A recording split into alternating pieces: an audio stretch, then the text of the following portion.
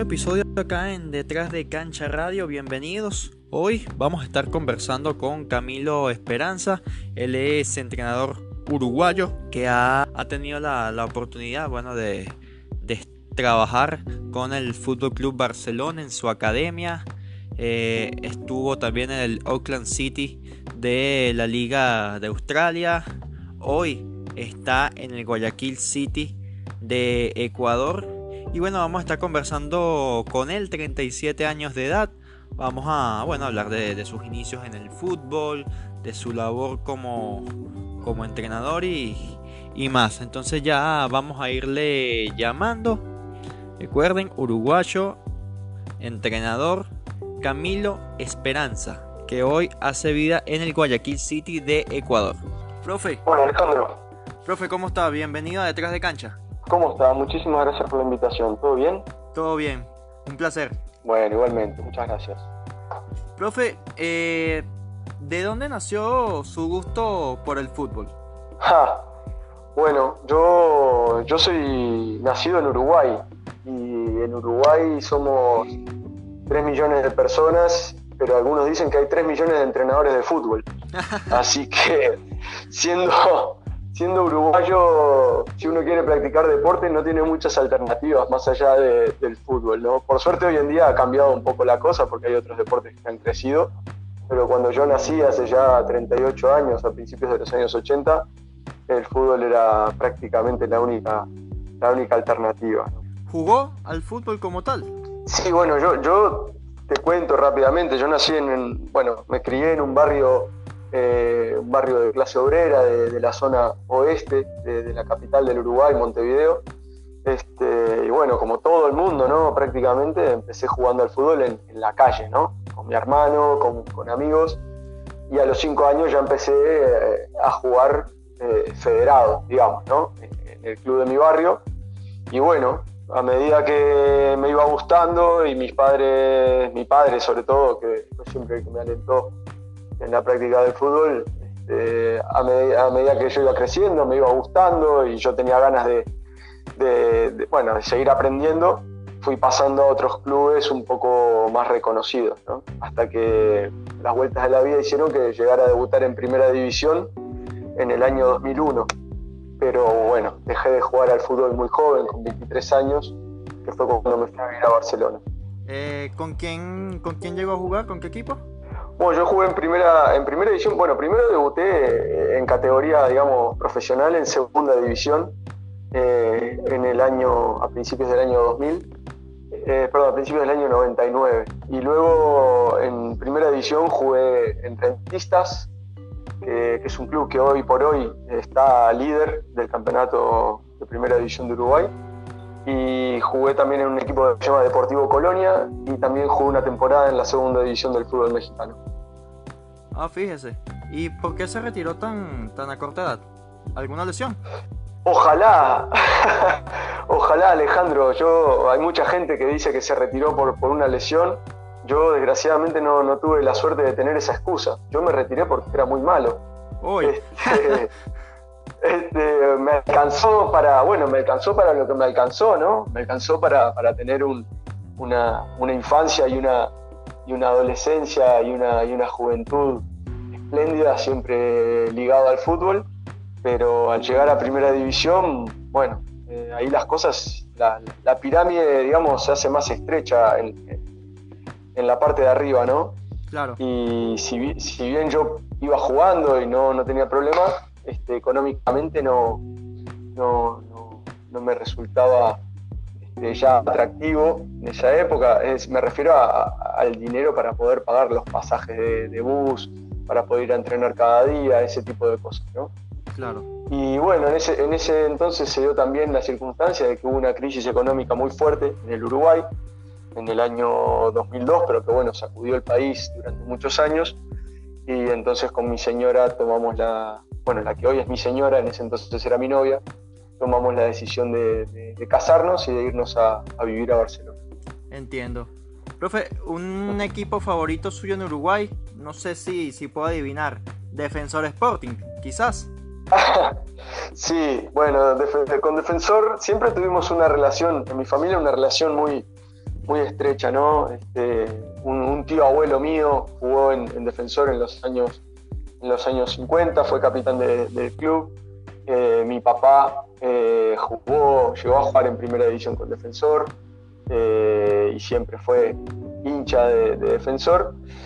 Y bueno, yo cuando en mi casa siempre fuimos hinchas de Defensor, de pequeñito, mi hermano, mi hermana, mi padre y yo. Y bueno, yo tuve la suerte, ¿no?, de jugar en Defensor en formativas.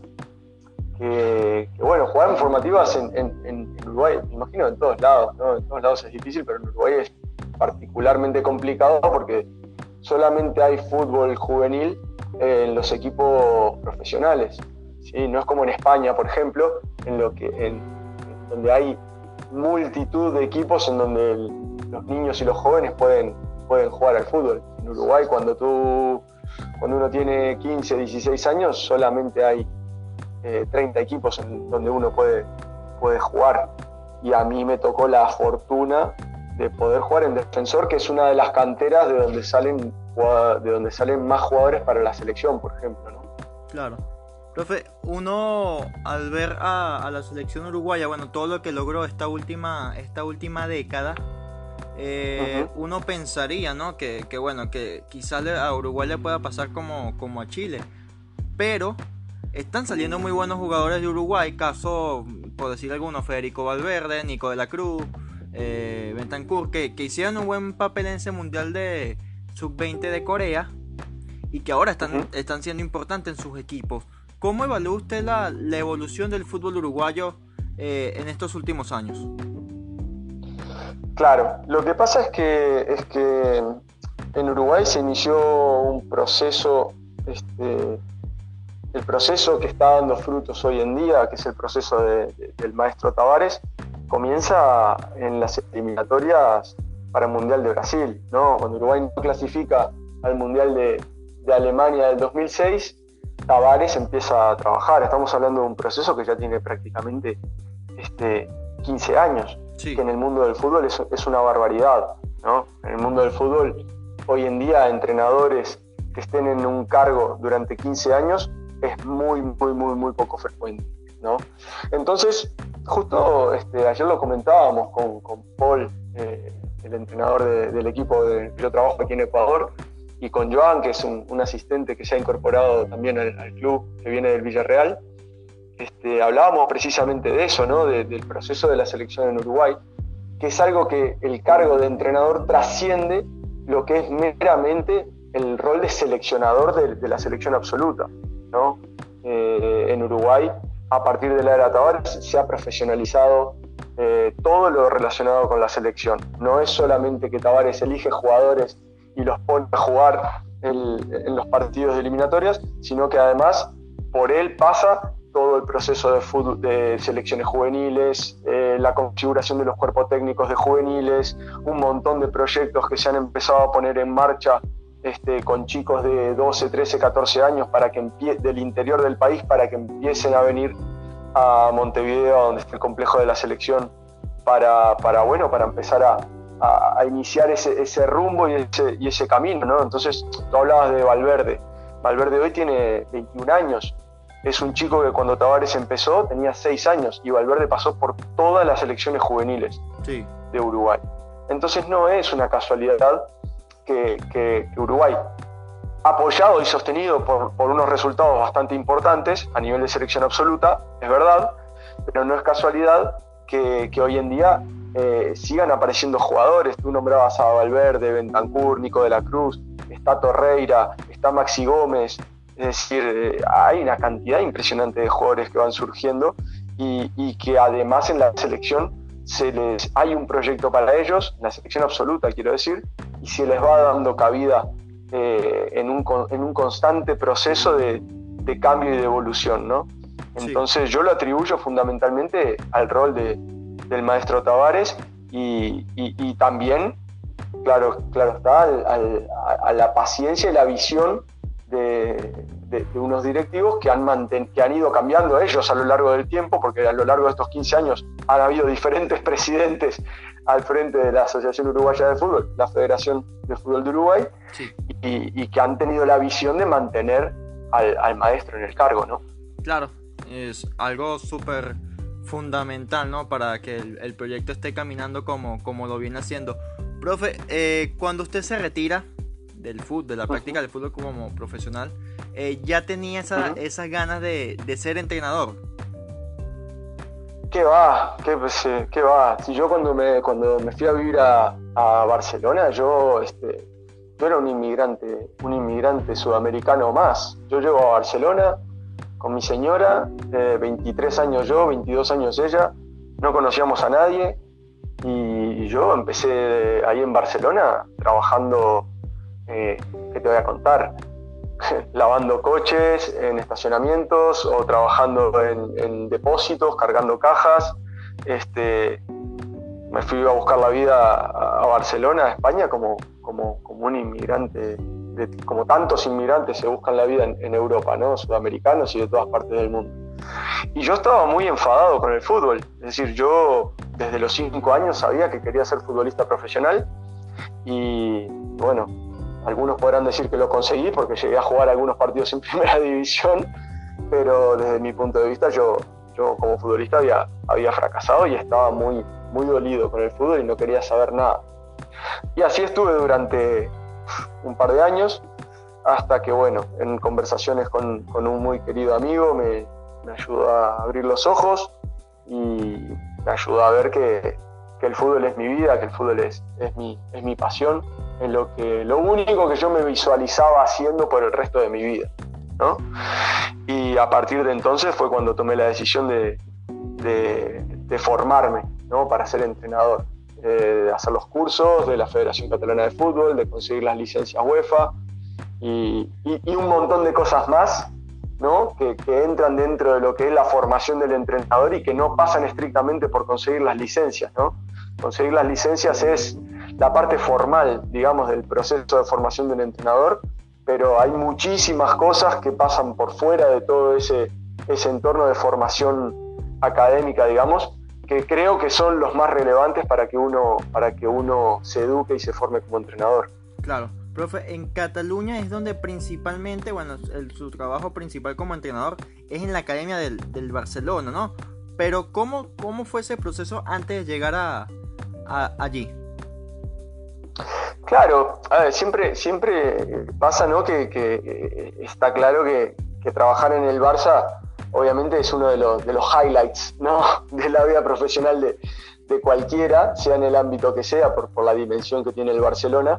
Pero antes de llegar al Barça hubo muchísimas cosas y muchísimas horas de formación, de esfuerzo, de trabajo.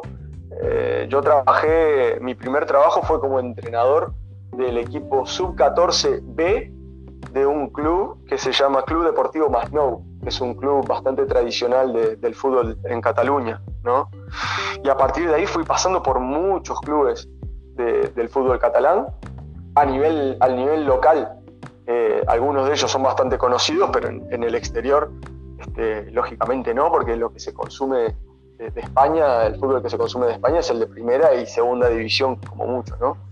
Yo pasé por el Masnou, por el Sant Cugat, por el Manresa, por el Olesa de Montserrat, y todo eso a mí me fue curtiendo y me fue formando de una forma extraordinaria, ¿no? Porque en la limitación es donde uno tiene que sacar lo mejor de sí, ¿no? A veces en algunos clubes no había material o uno no disponía de los jugadores más talentosos de la región porque había en la zona un club que estaba en una categoría superior y se llevaba, entre comillas, a los mejores jugadores, ¿no? Claro. Entonces, a partir de esas limitaciones, a partir de esas dificultades, de esos desafíos, es que uno realmente se va formando como entrenador, creo yo, ¿no?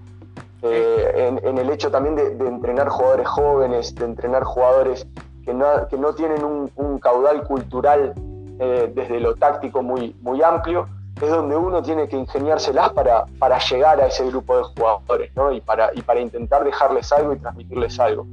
Creo que en esas categorías, en ese proceso de, llamémosle de alguna manera, picar piedra, que nadie lo ve porque es donde uno recién está empezando, es donde uno se va forjando realmente como entrenador. Sí, lo decía muy bien, ¿no? Que no lo ve, pero es tan fundamental para lo que viene después. Y precisamente, profe, ¿cómo se da después esa llegada a la Academia del Barcelona? Bueno, el Barça tiene diferentes estructuras dentro de lo que es el fútbol del club, ¿no? Tiene lo que es el fútbol profesional, que es el primer equipo, el segundo equipo que compite en segunda división B, segunda división, tercera división, va subiendo y bajando de categoría, y tiene el juvenil A, ¿no? Que es el equipo, digamos, el equipo más alto dentro de la pirámide del fútbol formativo. Y el fútbol femenino, el primer equipo de fútbol femenino, esos 4 equipos componen lo que es, digamos, la estructura del fútbol profesional del club. Okay. Después están los otros equipos de la masía, digamos, que componen lo que es el fútbol formativo, ¿no? El fútbol amateur del club. Y dentro de la estructura del club también está lo que es la escuela de fútbol que hoy se llama Barça Academy, ¿no? La Barça Academy es un proyecto del club, del Barça, que surge como un instrumento de marketing, ¿no? Como un instrumento, son las academias de fútbol que el Barça establece en diferentes partes del mundo, ¿no? Aquí en América Latina tenemos en República Dominicana, tenemos en México, tenemos en Colombia, tenemos en Perú, había en Brasil, que es donde yo estuve, y este proyecto del club nace con una finalidad estrictamente de marketing, ¿no? Expandir la marca Barça por todo el mundo. Claro. Lo que ocurre es que hace unos años un señor que se llama Isaac Guerrero, que es un fantástico profesional, además de ser un querido amigo, que hoy en día es uno de los encargados del área metodológica a nivel de club del Barça, tomó las riendas del proyecto a nivel técnico, a nivel metodológico, y lo convirtió en un proyecto formativo, ¿sí? En un proyecto formativo tanto para jugadores como para entrenadores. Entonces, a día de hoy, muchos de los entrenadores que se incorporan al proceso de fútbol formativo del Barça en la Masía son salidos del proyecto Barça Academy. Y la Barça Academy tenía una serie de pruebas de admisión, ¿sí? Porque constantemente están necesitando incorporar entrenadores nuevos, y yo presenté mi currículum, me llamaron para unas pruebas, hice las pruebas y me invitaron a participar de los campus del Barça en los Estados Unidos. Y a partir de entonces, me ofrecieron pasar a formar parte del staff técnico de las academias del Barça. ¿Y qué tal la experiencia allí? Y fantástica realmente, desde todo punto de vista, ¿no? Una de las cosas que para mí es imprescindible también a lo largo del proceso en el que uno se forma como entrenador, que por cierto no se acaba nunca, ¿no? Todos los días estamos aprendiendo cosas diferentes, como en la vida. o deberíamos tener la predisposición a estar aprendiendo cosas constantemente.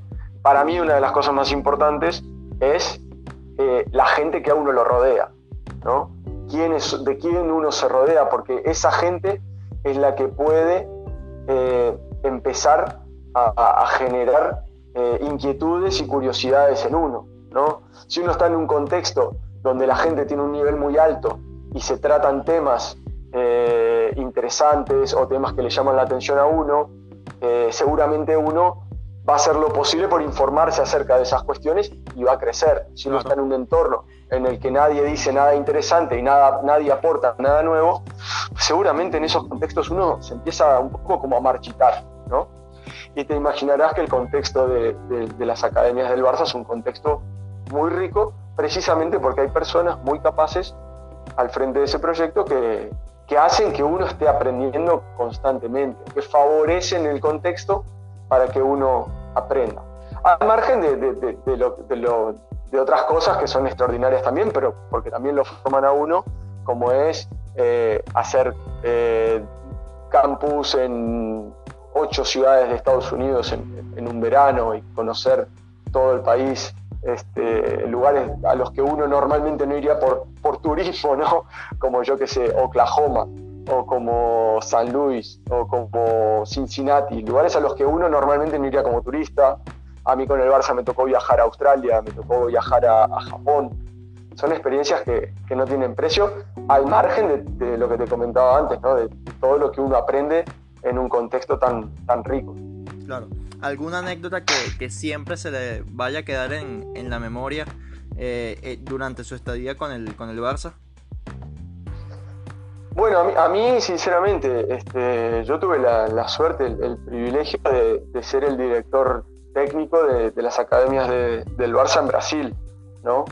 De haber podido dirigir un proyecto de un club de la dimensión del Barça en un país de la dimensión futbolística o de la importancia futbolística, relevancia que tiene Brasil, ¿no? Entonces, a mí me tocó, gracias a eso, haber podido ir a ver partidos de fútbol a un estadio como el de Maracaná, ¿no? Que especialmente siendo uruguayo, es un estadio que tiene una carga simbólica muy importante. Yo, si no hubiese tenido la posibilidad de ser el director técnico de las escuelas del Barça en Río de Janeiro y en Sao Paulo, seguramente nunca hubiese ido a Maracaná. Entonces, para mí esa es una de las cosas más grandes a nivel personal. A nivel profesional,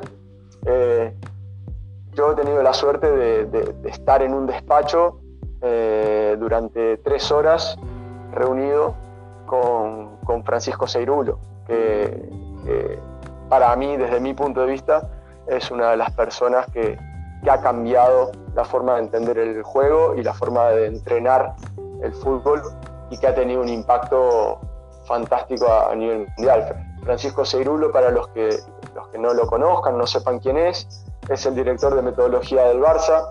Él lleva 30 años en el club y fue el preparador físico del equipo en la época de Pep Guardiola, fue también preparador físico del primer equipo del Barça en la época de Cruyff, y es un tipo que verdaderamente ha dado forma a lo que es la metodología de entrenamiento del Barça. El hecho de, para mí, haber estado en la Masía, en un despacho en el que estábamos Paco Seirulo, Isaac Guerrero, 2 personas más y yo durante 4 horas, es algo que voy a llevar conmigo para siempre.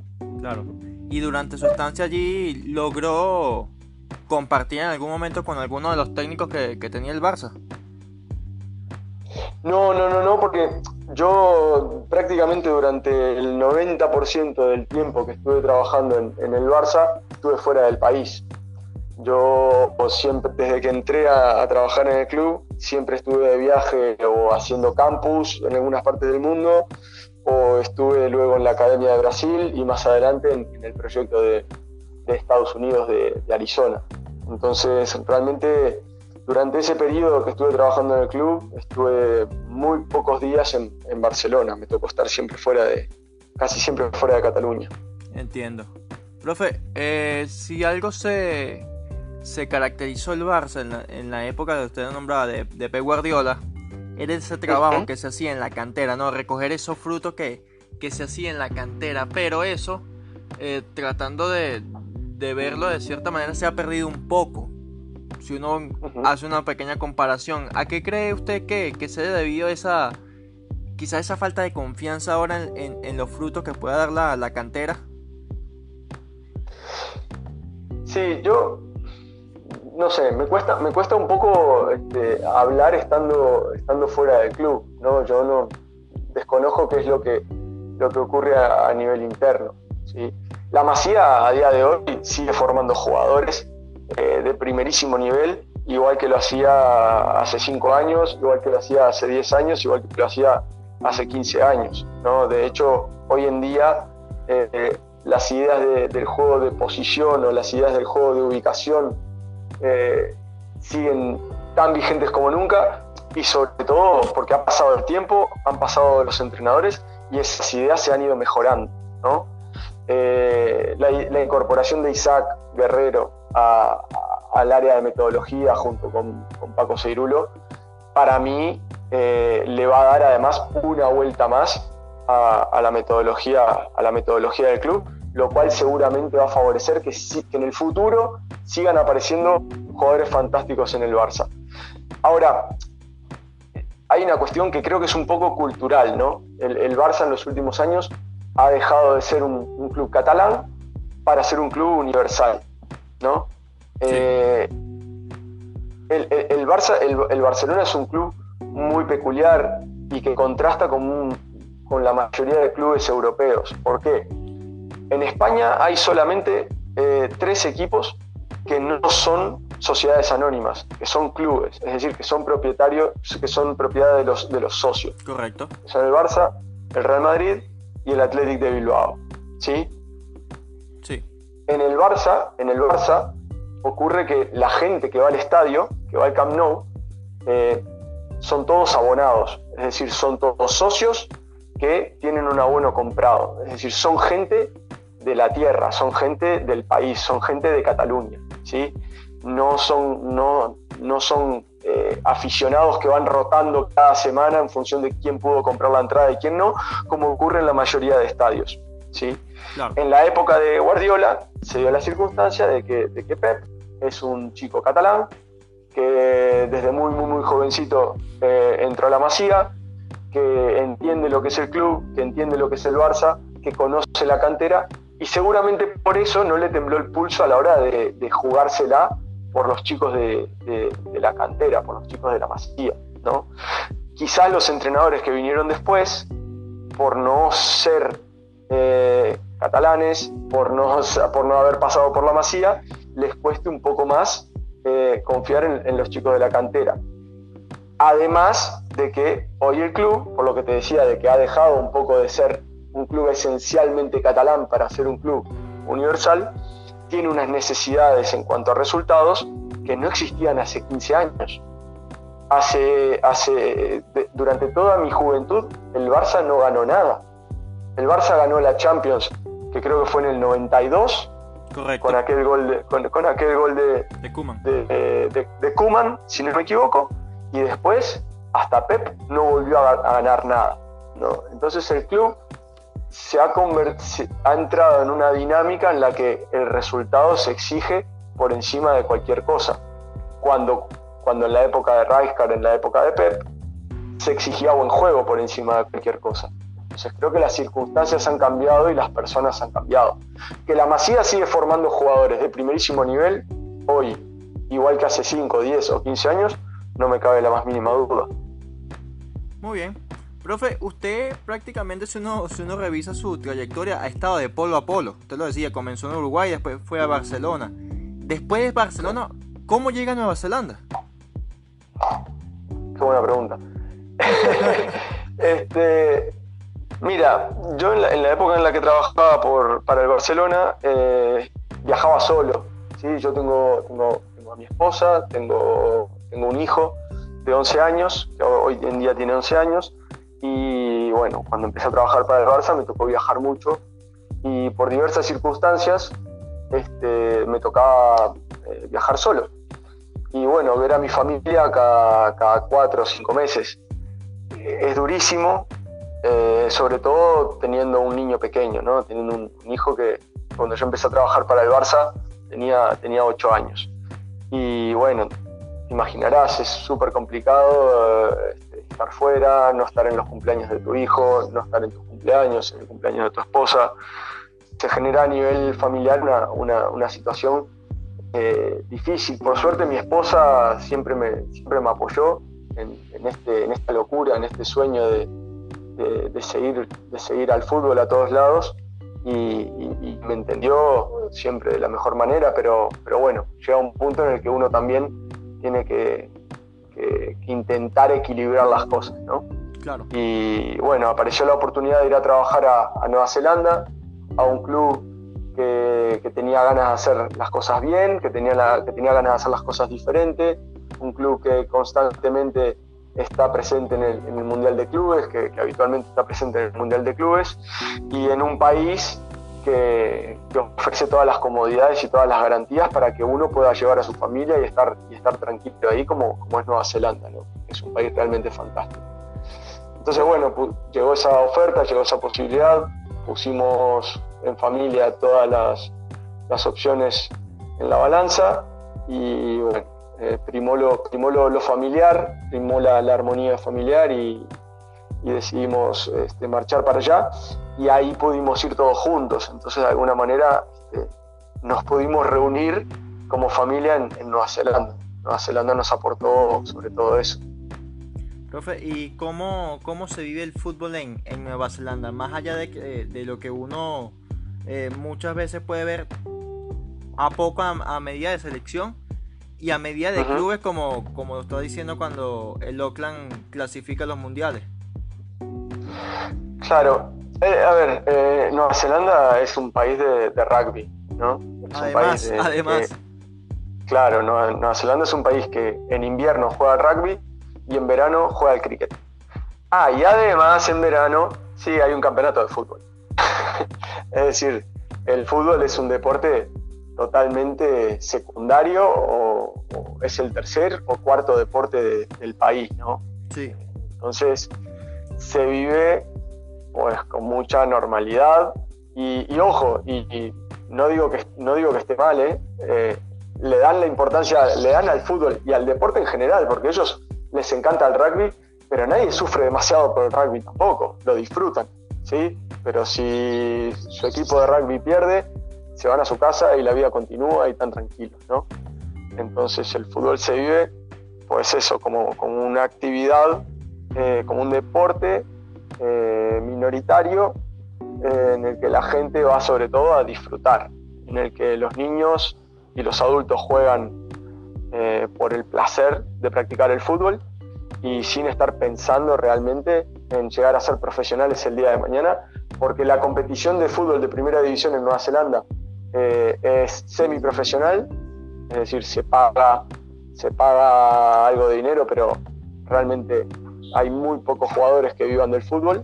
Yo creo que en ese momento en el que yo estuve en Nueva Zelanda, si no me equivoco, yo era uno de los 2 o 3 entrenadores profesionales del país, es decir, que mi única fuente de ingresos era el fútbol. Yo era uno de los 2 o 3, junto con el entrenador de la selección nacional y algún otro. Y bueno, el único equipo realmente profesional que hay en Nueva Zelanda compite en la Liga de Australia, para que te hagas una idea.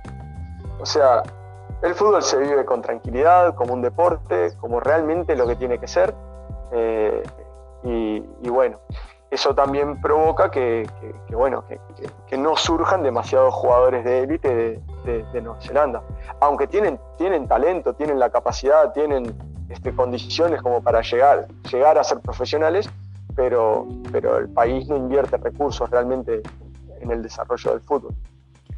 Aún así, en cuanto a lo laboral, ¿cómo fue su experiencia ahí? Lo que se llevó de esa experiencia. Mi experiencia, tanto a nivel personal como a nivel laboral, ahí en Nueva Zelanda fue fantástica, ¿no? Es un país de todos los países que yo he conocido, de todos los lugares en los que yo he vivido, si tú me preguntaras dónde te gustaría pasar el resto de tu vida, sería en Auckland, Nueva Zelanda, porque es un lugar verdaderamente extraordinario, ¿no? En todo sentido. A nivel profesional, siempre que uno cambia de país, se enfrenta a desafíos nuevos y a circunstancias que son totalmente diferentes, ¿no? Yo venía de vivir prácticamente 15 años en Barcelona, con lo que el fútbol representa en Barcelona.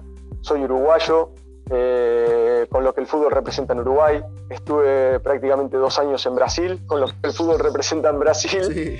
Y claro, obviamente es un choque cultural muy fuerte llegar a un lugar en el que a nadie le importa el fútbol, ¿no? Entonces, y eso con el impacto que eso tiene en los directivos de un club, en los jugadores que son parte del club, en todo el contexto del fútbol, ¿no? En los padres, en la forma en que los padres gestionan las relaciones con el club, los padres de los jugadores me refiero, ¿no?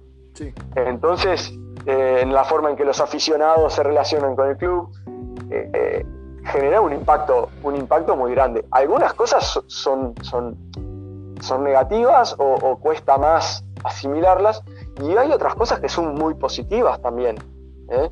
Por ejemplo, ahí en el Auckland City, que es donde yo estaba, todos los jueves había barbacoa en el bar del club. El club en el estadio, en el campo, tenía un bar muy bonito, con unos ventanales con vistas a la cancha, y todos los jueves a la noche, jugadores del primer equipo, cuerpo técnico del primer equipo y todos los aficionados que quisieran podían ir ahí y comerse un bistec juntos, ¿no?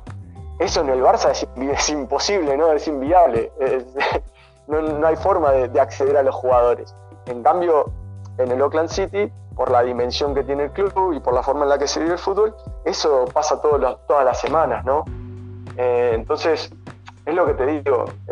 Al final, el que es extranjero, y yo soy extranjero desde que me fui del Uruguay en el año 2005, así que llevo 15 años siendo extranjero, es uno el que se tiene que acostumbrar a la forma de ser de la gente del lugar al que uno va, ¿no? Es uno el que se tiene que adaptar a la cultura del lugar al que uno va, y eso implica desde hacerlo desde todo punto de vista, ¿no? Desde lo humano, desde lo que es la vida cotidiana, hasta lo que tiene que ver con el fútbol.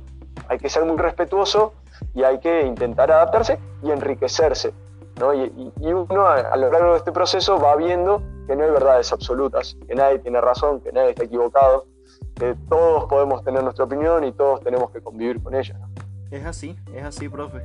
Ahora, después de esa experiencia en Nueva Zelanda, es que llega a Ecuador, donde está actualmente. Así es, de hecho yo volé directamente de Auckland a Guayaquil, no pasé por Barcelona. Mi familia se va de Auckland hacia Barcelona para estar allí durante un par de meses, y yo volé directamente aquí a Guayaquil, donde me encuentro ahora, porque me incorporo a mitad del año pasado, y entre la primera etapa y la segunda etapa del campeonato había una para de un par de meses, y bueno, había como una especie de pretemporada ahí en el medio, y yo me incorporé para esa pretemporada, así que me vine directo de Auckland para Guayaquil. ¿Y ahora su familia sí está con usted allá en Guayaquil? Mi familia está aquí en cuarentena. Ahora ves todo el tiempo que no habíamos pasado juntos. Lo están recuperando. En mi época de Barcelona la estamos compensando ahora.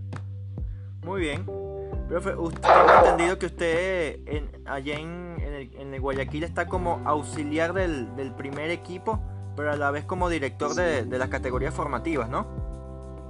Sí, bueno, yo cuando llegué el año pasado estuve como auxiliar técnico del primer equipo, ¿no? Como integrante del staff técnico del primer equipo, ¿sí? Y como director de todo el proceso de formativa, ¿no? Sobre todo el área de metodología.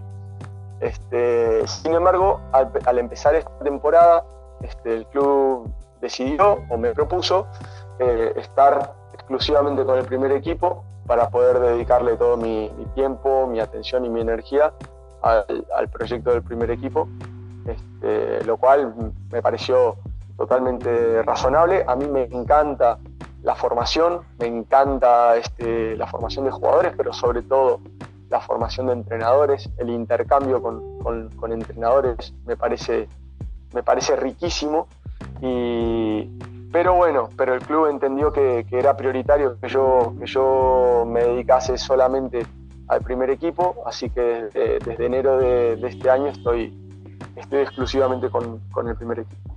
El equipo de la ciudad, ¿no? Un equipo, profe, medianamente joven todavía, va para 20 años, si es que no lo... Bueno, va para... No, perdón. Un equipo un equipo muy joven. Va para 13 años, exactamente. Exacto, esta es la tercera temporada entera de Guayaquil City en primera división. Antes era un club que se llamaba River Ecuador, que tenía cierta tradición en el fútbol ecuatoriano, pero desde que lo adquirió el nuevo propietario, cambió el nombre del equipo, cambió todo lo que es el branding, digamos. Cambió el nombre, cambió el escudo, cambió la camiseta. Así que sí, esta sería la tercera temporada completa de Guayaquil City. Y bueno, sí, el eslogan es el club de la ciudad, porque bueno, de los equipos que hay en primera división de Ecuador, que somos Barcelona, ¿no? Emelec, que son monstruos, ¿no? Clubes de una dimensión futbolística, económica y social brutal. Bueno, nosotros llevamos el nombre de la ciudad y los colores de la bandera de la ciudad en la camiseta, así que se buscó ese eslogan, digamos, el Club de la Ciudad, pero pretendemos que se traslade realmente a la realidad, ¿no? Que no sea solamente un eslogan, sino que realmente seamos un equipo que no solamente los aficionados de Guayaquil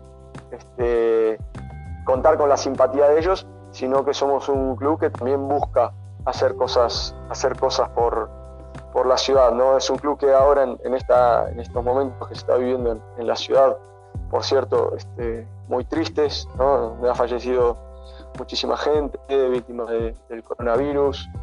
El club ha donado muchísimo material sanitario, ha donado alimentos, muchos de los jugadores también se han embarcado en ese tipo de proyectos solidarios y bueno, también tenemos firmado un convenio con la alcaldía de la ciudad de Guayaquil para hacernos cargo de 50 escuelas de fútbol de la alcaldía en toda la ciudad, así que el club está creciendo y bueno, para mí es un orgullo, ¿no? que me hayan invitado a participar de este proyecto. Y precisamente, profe, ¿cómo se dio esa llegada suya al Guayaquil? O sea, ¿cómo viene, lo trae específicamente la directiva o no, lo trae el técnico?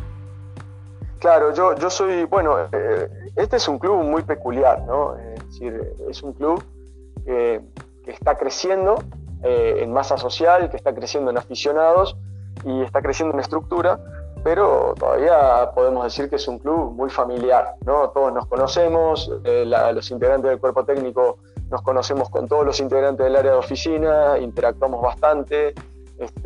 Hoy por hoy yo le escribo mensajes a la gente de oficina para ver cómo están, ellos se interesan por mi familia también. Es decir, hay un ambiente, si bien es un club muy profesional, hay un ambiente muy, muy familiar, ¿no? El entrenador del primer equipo es Paul Gavilanes. Así es. Y se da la particularidad de que Paul jugó en Uruguay con mi hermano en el año 2003, si no me equivoco, en el año 2002. Y nos hicimos muy amigos. Claro, en ese entonces teníamos 18, 19, 20 años por ahí. Y bueno, Paul estaba solo en Montevideo y se pasaba prácticamente todas las tardes en mi casa jugando PlayStation y viendo fútbol. Y bueno, nos hicimos muy amigos y mantuvimos el contacto luego de que Paul se fuera de Uruguay y se volviera para Ecuador. Entonces bueno, con Paul siempre habíamos hablado de que algún día trabajaríamos juntos y bueno, a mitad del año pasado se dio la oportunidad.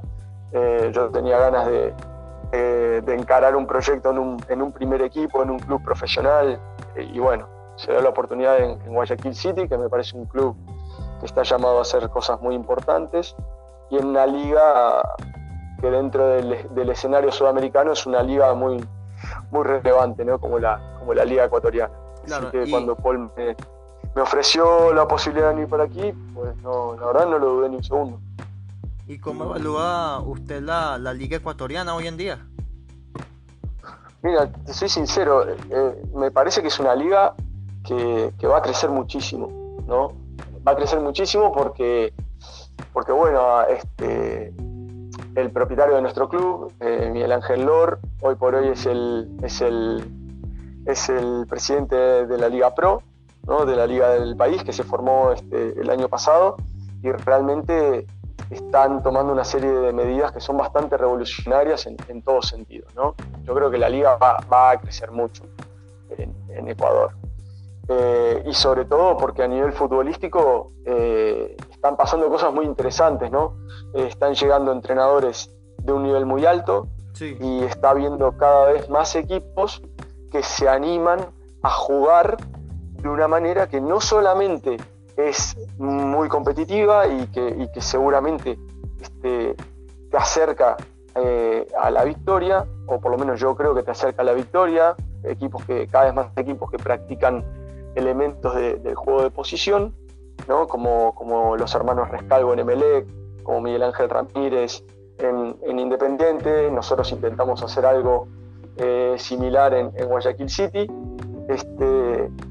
Y eso, quieras o no, hace que todos tengamos que ser mejores, ¿no? Si el nivel de los entrenadores, el nivel de los jugadores, el nivel de los equipos se eleva, es bueno para el país en general, para el fútbol en el país en general, porque a todos nos obliga a dar un paso adelante. Claro. Y yo creo que en Ecuador se está iniciando ese proceso, ¿no? Ese proceso en el que mucha gente está empezando a sentirse identificada y a disfrutar con el juego con el juego de Guayaquil City, con el juego fundamentalmente de Emelec, con el juego de Independiente del Valle, y está queriendo ir un paso más allá e investigar y averiguar qué es lo que hacemos.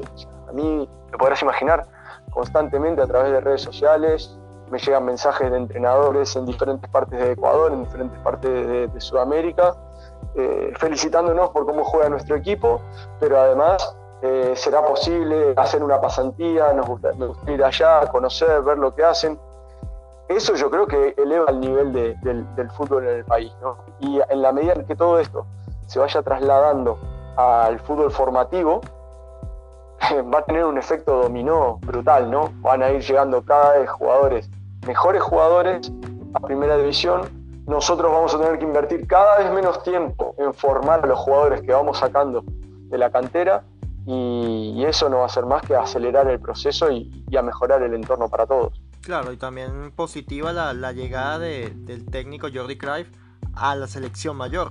Sin duda, estamos todos muy expectantes, ¿no? Desgraciadamente con toda esta situación del coronavirus que ha impactado al país desde todo punto de vista, se ha retrasado el inicio de las eliminatorias y el inicio de todo el proceso de Jordi aquí en el Ecuador, ¿no? Pero por eso te digo, me parece que están pasando cosas muy interesantes en el fútbol ecuatoriano, y para mí es un honor, un privilegio estar en el inicio de todo esto, porque si esto sigue en esta dirección, yo creo que el fútbol ecuatoriano de aquí a 5 o 6 años va a tener una fuerza importantísima, principalmente porque hay un talento bruto fenomenal aquí en Ecuador.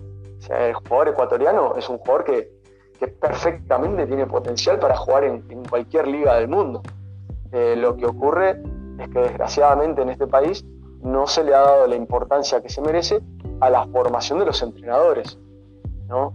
Claro. Entonces los entrenadores, que son los responsables de formar a los jugadores, no han tenido acceso a un montón de información que en Barcelona venimos manejando desde hace 20 o 15 años, ¿sí? Y eso de alguna manera lastra el proceso formativo de los jugadores, ¿no?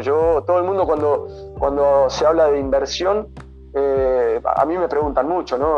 Camilo, ¿cómo ves las infraestructuras del fútbol ecuatoriano? ¿Cómo crees que está Ecuador a nivel de inversión?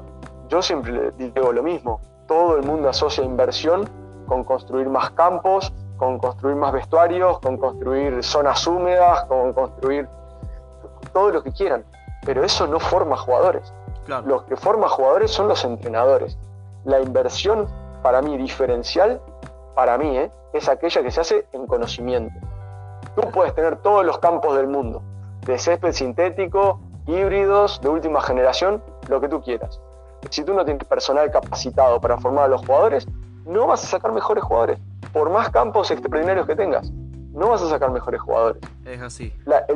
El diferencial para mí es la inversión en capital humano, en conocimiento.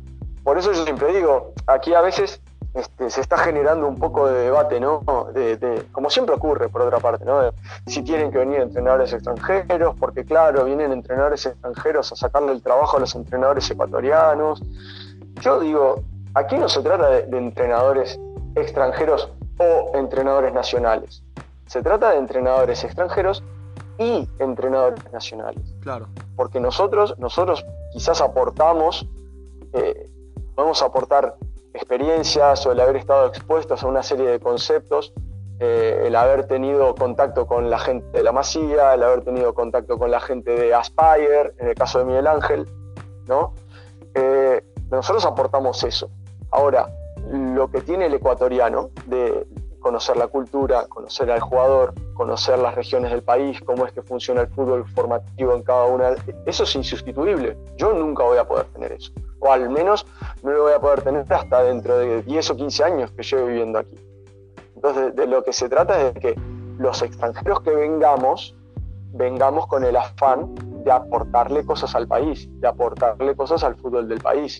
¿Sí? No vengamos solamente a trabajar y el día que se termine mi contrato, adiós, muy buenas. Yo creo que el entrenador es un formador y nuestra obligación es intentar dejar cosas valiosas a nivel de conceptos, a nivel de conocimiento, para que los entrenadores ecuatorianos que vengan atrás nuestros se puedan beneficiar. Muy buena reflexión, profe. Profe, además, ¿un técnico que haya sido referencia para usted?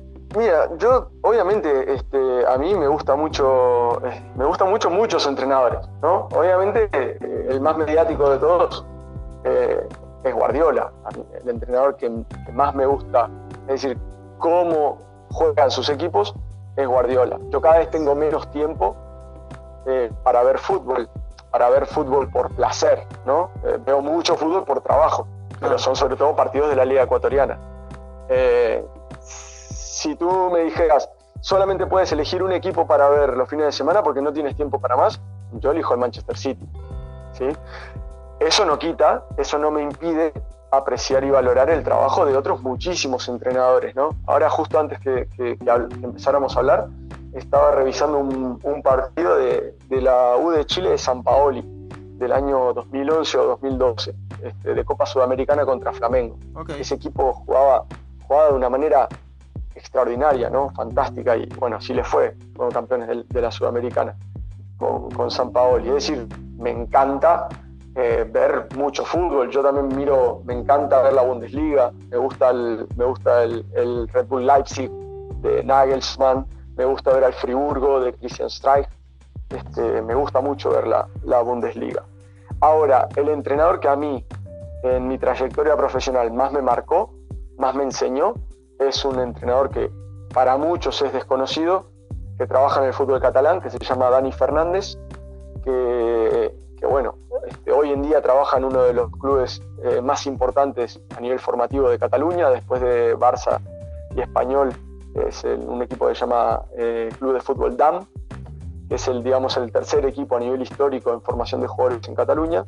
Es un tipo que ha trabajado en las selecciones catalanas, que ha trabajado en el Español, que es profesor de táctica en el curso de entrenador de la Federación Catalana de Fútbol, y yo tuve el privilegio y la suerte de que él me invitara a trabajar con él. Trabajé con él durante 2 temporadas y fue la persona que a mí me lo cambió todo, y aparte le tengo un gran aprecio personal, ¿no? Dani Fernández es uno, llamémosle, hijos futbolísticos de Juan Manuel Lillo, ¿sí? Casi nada. Casi nada, sí. Juan Malillo trabajó en Cataluña en los inicios de su carrera, y Dani se iba a ver sus entrenamientos, entabló relación personal con él, le preguntaba muchas cosas, y se formó, digamos, a la sombra de Juan Malillo, y a día de hoy mantienen una relación personal muy, muy cercana. Y bueno, no tengo la suerte de conocer personalmente a Juanma.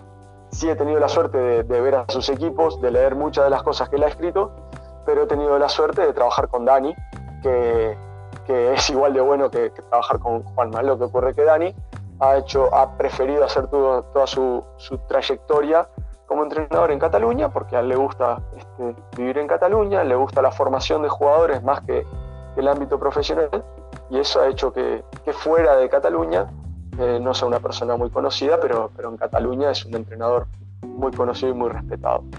Muy bien. Bueno, profe, de verdad agradecerle estos minutos que usted tuvo con nosotros. De verdad que una charla muy buena.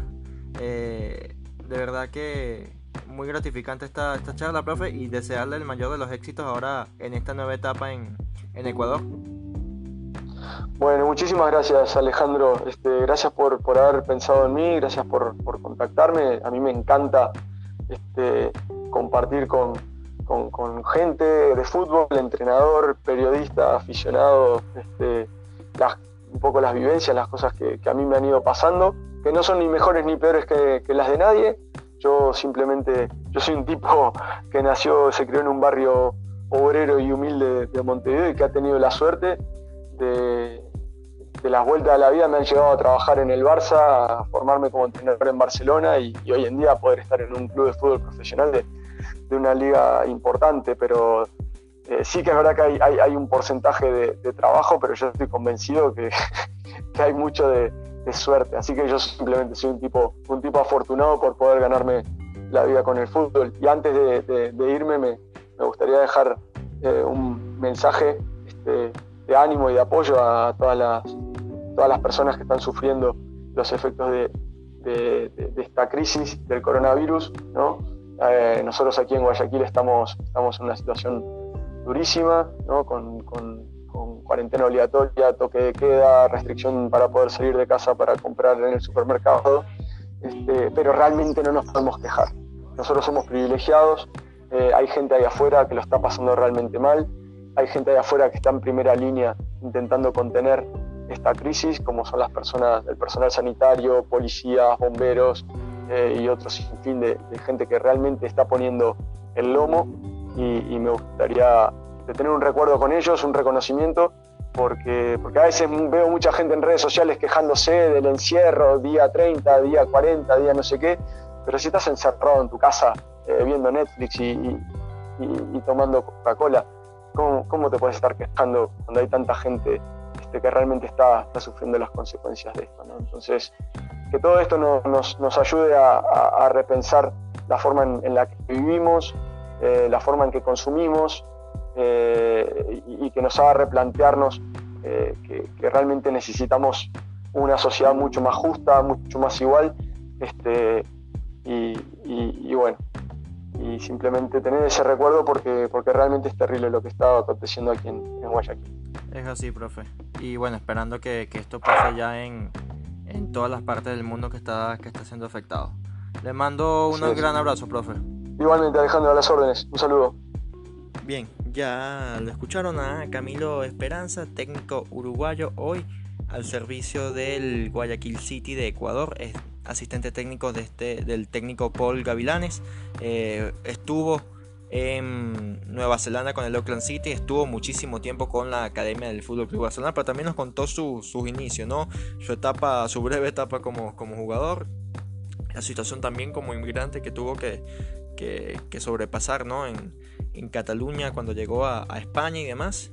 Y bueno, una grata charla como le decíamos. @ detrás de cancha piso fútbol en Instagram, @ detrás de cancha piso en Twitter y @ Liporacia en mis redes sociales. Nos escuchamos en un próximo episodio. Chao, chao.